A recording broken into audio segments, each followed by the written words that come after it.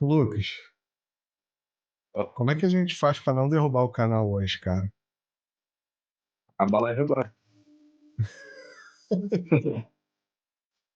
Vamos lá. Boa tarde, até mais, tchau, tchau. É.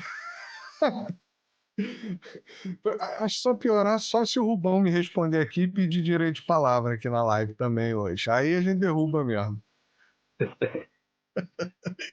É, Pô, salve Vini, beleza? Vinícius Rocha aí na área. Cara, maluco, vamos deixar os eventos de ontem pro final da live, de repente a gente consegue salvar o canal. vamos lá. Salve, Monia. Vamos começar falando sobre o Nathanael e o passeio dele pelos Estados Unidos. Desculpa, falar sobre isso? O Nathanael, tá me ouvindo bem? Que eu tô com o ventilador ligado. Só Natanael, de cara, eu tô boa. tentando. O Eu ouvi Nathanael. Natanael mesmo, não sei se é Natanael. Ah, tá, entendi. O Nathanael foi lá, né, cara? Fez um passeiaço nos Estados Unidos. Conversou com o Homem-Laranja, conversou com a Kamala Janis, conversou com o nosso amigo da liberdade de expressão, o Wannabe Tony Stark, e eu fiquei com muita pulga atrás da orelha com isso, cara. Vamos falar, vamos começar a falar disso. Bom, eu admito que eu não fiquei olhando ali o que ele falou no discurso. Eu não li o discurso dele inteiro, né? Cara, Nem blá, ouvi, blá, nem blá, nada. mentira, blá, É, blá, blá, 11 de eu setembro, vi blá, alguns blá, trechos, blá. eu vi alguns recortes ali só, eu não vi o discurso dele inteiro. Mas, enfim, foi uma visita bastante interessante de ocorrer ali nesse clima eleitoral, porque ao mesmo tempo que mostra, né, a conivência dos dois lados, né, do vice, também revela uma tentativa ali por parte especialmente dos democratas e dos seus apoiadores, de fazer um apoio limpo, né, um apoio branco ao seu limpo, não é um apoio descarado e declarado. A Kamala Harris, por exemplo, que deixou bem claro ao longo dos últimos meses, né, o seu endosso total a Israel, né, a amizade absoluta e civilizacional, né, ela chegou a usar esses termos entre Estados Unidos e Israel, fez questão de, no dia seguinte a ser bem nomeada, né, ser indicada ali, né, como candidata, não está nem confirmada, né, fez questão de não presidir o evento. E aí, imediatamente, né, os apoiadores da Kamala fora dos Estados Unidos falaram, olha, como ela é uma mulher honrada, digna, né, que está se colocando fora do apoio do seu país ao seu nível. Enfim, não é nada disso. A questão é que todos aí têm sangue nas mãos pelo que acontece na Palestina, mas em tempos de eleições não é muito interessante você tirar foto com a mão suja de sangue. Então, o que ela fez não foi criticar, não foi nada, foi simplesmente dizer que não vai presidir o evento. O evento aconteceu, ela não boicotou nada, né? Ela simplesmente falou que não ia presidir a cerimônia. E fora isso, o de sempre, todos os lados endossando Netanyahu, né, de uma forma absoluta ali, porque mentira sem qualquer ilusão sobre o que é a política estadunidense. Eu sempre ressalto. É um erro achar que Israel é um proxy americano, que Israel é uma colônia americana. É o contrário. Israel controla os Estados Unidos. Israel não é um país no sentido puro do termo. Israel é uma base física de uma elite sionista, né, transnacional, que não está toda em Israel, parte dela é contra Israel. Oi? É um porta-aviões de terra, né? Que chamam. Sim, exatamente. Israel pode muito bem se tornar, e tende a se tornar, aliás, é uma grande tendência, um Estado móvel, saindo ali da Palestina, indo, sei lá, para a Argentina amanhã. Os evangélicos querem que venha para o Brasil, né? Tem várias campanhas aí de igrejas neopentecostais na internet para Israel ser fundada aqui no Brasil. A gente já tem uma no Rio de Janeiro, está crescendo a beça, inclusive. Enfim, então, assim, Israel é um Estado móvel. O que forma ali a essência de Israel é uma elite transnacional que está em todos os cenários políticos, não apenas do Ocidente, mas principalmente do Ocidente e nos Estados Unidos. Essa elite conquistou ali os dois lados da política americana ao longo do tempo, como um lobby gigantesco, né, que tem muita presença e influência tanto entre republicanos e democratas, e o endosso a Israel, o apoio a Israel não vai mudar, seja com Biden, seja com Trump, etc.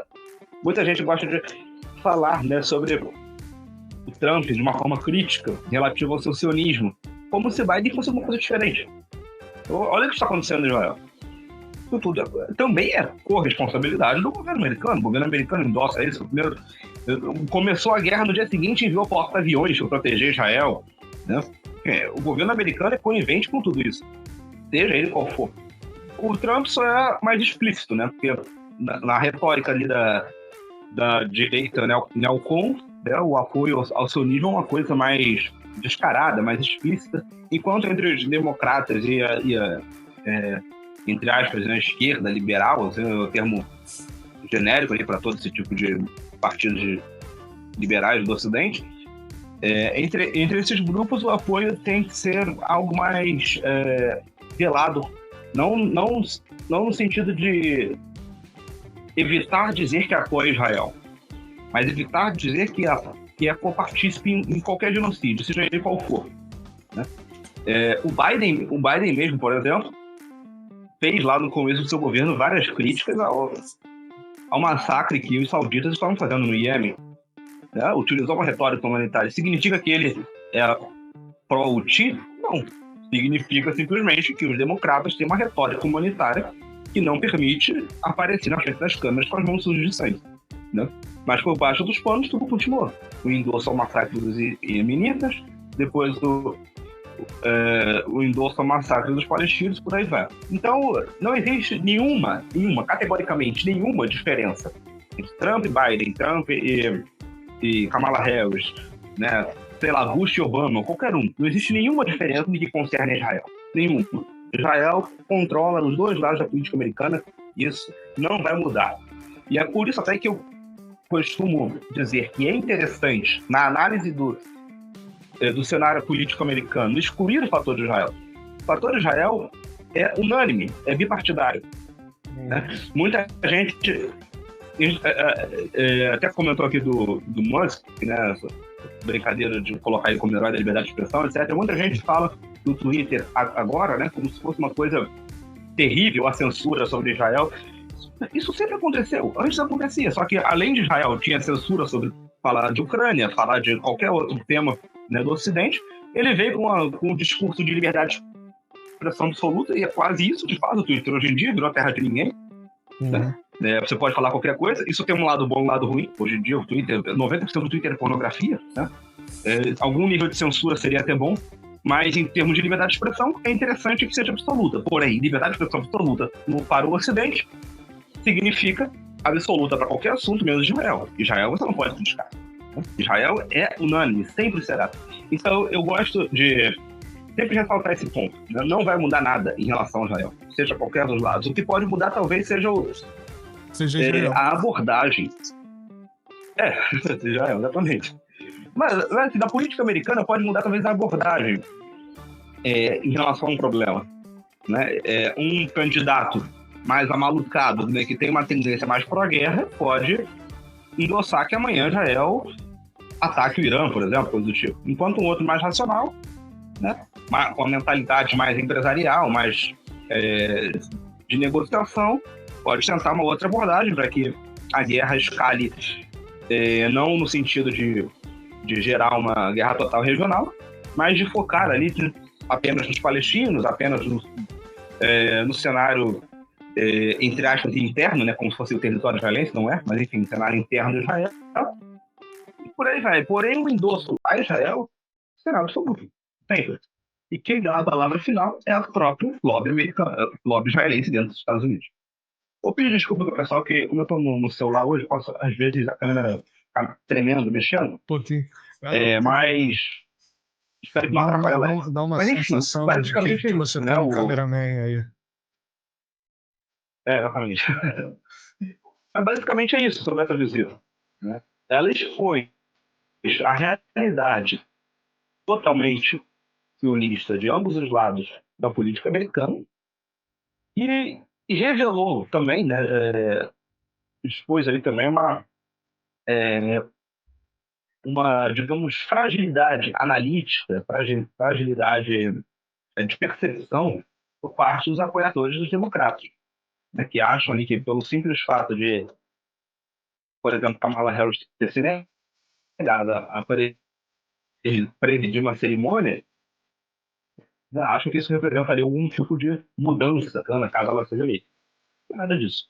Né? Israel continuará controlando a política americana, independentemente dos rumos que sejam tomados em Washington.